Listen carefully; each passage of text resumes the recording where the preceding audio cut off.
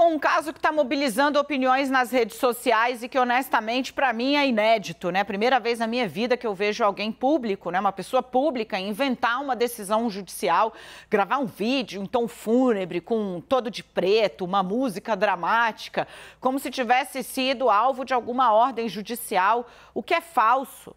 O Tribunal Superior Eleitoral negou ter intimado o pastor André Valadão a fazer uma retratação que ele postou ontem nas redes sociais sobre acusações falsas que ele fez contra o ex-presidente Lula.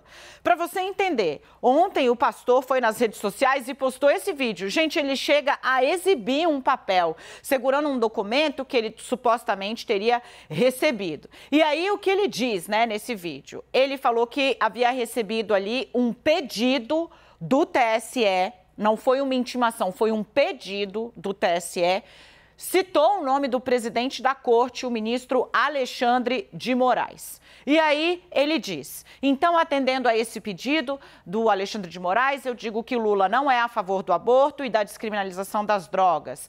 Diz ainda, abre aspas, Lula não é a favor, literalmente, de colocar uma regulamentação na mídia, fecha aspas. Tudo isso para quê? Um tom de ironia, como se ele estivesse fazendo uma coisa a contragosto. Isso acontece no meio de um momento em que há uma ofensiva de bolsonaristas para dizer que há censura da parte do TSE contra eles, né? E o pastor se prestou a fazer esse papel, fingir que havia recebido uma determinação judicial para se desmentir, fazendo isso em tom irônico e com música de fundo, música dramática, como se a situação dele fosse pesada. Eu vou pegar aqui porque eu pessoalmente acionei a assessoria do Tribunal Superior Eleitoral para entender, porque inclusive eu caí na fake news, achei que tivesse uma decisão judicial. O cara é pastor, diz que recebeu um pedido de retratação e que estava fazendo uma retratação. Eu falei, não pode ser mentira. Era mentira.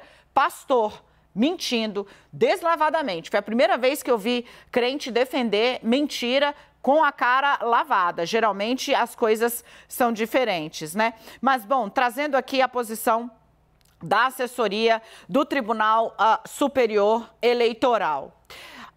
A única coisa, né, que foi encontrada nos sistemas da Justiça Eleitoral é um processo que foi movido pela coligação de Lula. A relatora é a ministra Maria Cláudia Buchianeri. O processo está em tramitação, ou seja, ele está correndo ainda, não há qualquer decisão nesse processo. O que aconteceu foi que o Valadão foi intimado para ter ciência da ação, ou seja, para que ele soubesse que havia uma ação na corte e para que ele apresentasse a defesa, o que ele não fez até agora, como pode ser verificado por você publicamente nos autos do processo.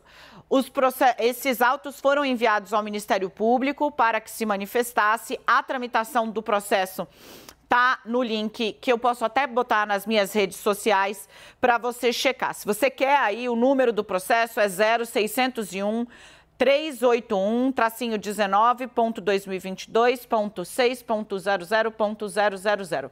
É isso. O cara foi lá e fez a fake news dele. Eu queria rapidinho, se eu puder, trazer aqui o Leandro Rezende e o Yuri Pita, porque eu acho importante que a gente trate desse assunto. É impressionante, né? Como assim, banalizou real, assim. E aí as pessoas vão... Ah, não, mas foi brincadeira. Não, gente, simular decisão judicial é infração, infringe a lei, induz a erro. Tem uma situação hoje no Brasil que é a seguinte, né? O bolsonarismo em especial, né? Mas também agentes que atuam do outro lado, né? Na oposição, estão esticando a corda no limite para poder dizer depois que são perseguidos, né? Então a pessoa vai lá e assedia os funcionários, né? Vai lá e assedia os fiéis da igreja. E aí depois fala, não, eu estou no meu direito de liberdade de expressão. Não, não tá, é crime, é dito que é crime. Mas quando a justiça age, vai dizer que é perseguido. Agora, essa de ontem, eu honestamente não imaginava que a gente ia ver. Yuri Pita, eu queria te ouvir primeiro. Bom, primeiro de tudo que eu fui surpreendido tanto quanto você, Dani, porque eu acho que eu até retuitei uma postagem tua sobre aquilo, porque eu fui ver o conteúdo também e foi feito para... ser convincente, para dizer que era alvo de uma decisão judicial, sendo que, de fato, não havia essa decisão judicial. E aí a grande questão, de fato, é qual é a tipificação que se pode dar a esse tipo de medida, seja do ponto de vista de disseminar desinformação, se é algum tipo de infração de lei do ponto de vista civil ou se chega a entrar na esfera penal. Aí cabem aos juristas fazer isso, mas mostra muito como o modo de se fazer política e de se tentar ganhar uma eleição e se colocar contra os seus adversários políticos extrapolou todos os limites.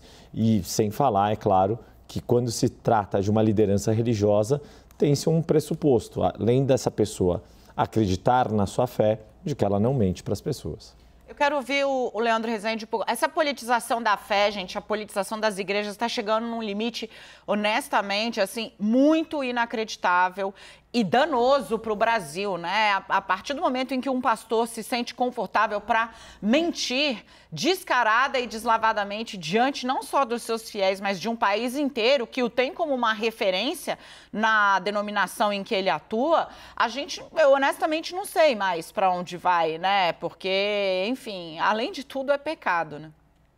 Mentiu, gostou de mentir, ainda foi aplaudido por isso. Dani, eu acho que a gente precisa colocar esse episódio em uma dupla perspectiva. A primeira delas, né, faz parte de uma estratégia que não começou agora de querer, de alguma forma, dizer que essa eleição é injusta. Isso remete lá atrás à discussão do voto impresso. Depois o voto impresso foi abandonado, o problema era as urnas eletrônicas. Depois a participação dos militares. Sempre alguma coisa sendo colocada no debate das redes para poder dizer que a eleição de 2022 ela estaria de alguma maneira sob suspeita. Agora é a atuação do Tribunal Superior Eleitoral, porque aí entra a segunda perspectiva. O TSE hoje é o inimigo público de uma parte do pensamento da direita bolsonarista. E essa peça ontem, deliberadamente falseada, criada justamente para viralizar numa contrição falsa, né? Porque o pastor ele faz ali gestos e um tom de contrição mentiroso. Tudo isso feito para viralizar, para ser celebrado, né, pela outra parcela do eleitorado como uma vitória, porque esse pastor é alguém muito ativo nas redes sociais e para, obviamente, viralizar. O conteúdo acabou viralizando, o TSE, né, está esclarecido que não tem nenhuma decisão sobre isso, mas é parte dessa estratégia, né, tem um método muito claro de agora o problema da eleição é o Tribunal Superior Eleitoral. É isso, cada hora é um alvo, né? Mas, de novo, eu chamo sua atenção para essa estratégia, né? Cometer a ação, que você tem ciência que ela não é legal, no sentido de ser uma infração prevista em lei, você comete para poder dizer, olha aí, vieram para cima de mim, estão afrontando a minha liberdade. É o caso, por exemplo, esse, né? Agora um deputado federal, acho que foi o Alexandre Frota, que pediu, inclusive informou o TSE que o TSE estava sendo difamado, né, o alvo de uma mentira nas redes e pede providências contra o pastor. Aposto com vocês que se as providências vierem, ele vai se fazer de vítima, mas de novo, né? A gente precisa voltar a dizer no Brasil que o que é errado é errado. Não dá para tratar ou relativizar o erro porque é uma pessoa da qual você gosta, o lado para o qual você torce. A gente vai condenar a fake news sempre aqui no 360. Eu sempre. Quando a gente tem o Janones, por exemplo, dizendo que vai ter confisco da poupança, o que eu vim aqui dizer para vocês? É mentira. Não vai ter ou não tem nenhuma sinalização de que Bolsonaro faça isso. Do outro lado também não pode. E, de novo, né, eu chamo a atenção, não fique ali como quem está servindo de espectador de uma arapuca, né? Estão tentando arapucar a justiça para fazer com que você ache que ela está exorbitando, quando, na verdade, ela está fazendo cumprir a lei, né? É isso o que está acontecendo.